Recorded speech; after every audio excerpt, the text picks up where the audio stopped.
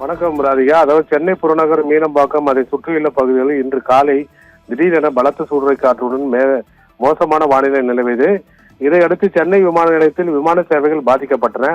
ஹைதராபாத்திலிருந்து 82 பயணிகளுடன் சென்னைக்கு தரையிறங்க வந்த டிஆர் எனப்படும் சிறிய ரக விமானம் தரையில் இறங்க முடியாமல் சூறைக்காற்றில் சிக்கி தத்தளித்தது. அதன் பின்பு அந்த விமானம் திருப்பதி விமான நிலையத்திற்கு திருப்பி அனுப்பப்பட்டது. அதே போல் துபாய், அபுதாபி ஆகிய இடங்களிலிருந்து சென்னையில் தரையிறங்க வந்த விமானங்களும் சென்னையில் தரையிறங்க முடியாமல் நீண்ட நேரம் வானில் வட்டமடித்து பறந்துவிட்டு சூறைக்காற்று ஓய்ந்த பின்பு சென்னையில் தரையிறங்கின. அதே போல சென்னையிலிருந்து புறப்பட வேண்டிய விமானங்கள் டெல்லி, வாரணாசி, கொல்கத்தா, பெங்களூரு, கோவை, மதுரை மற்றும் கோலாலம்பூர் ஆகிய விமானங்கள் சுமார் அரை மணி நேரம் வரை தாமதமாக புறப்பட்டு சென்றன ராதிகா.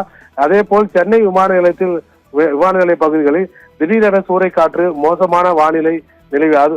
ஒரு விமானம் சென்னையில் தரையிறங்க முடியாமல் திருப்பதிக்கு அனுப்பப்பட்டது. மற்றும் 9 விமான சேவைகள் தாமதமாகவே அடைந்தன. தாமதமாக சேவைக்கு தொடங்கினால் பயணிகள் விமான நிலையத்தில் பெரும் அவதிக்குள்ளாகினர். ஓவியா,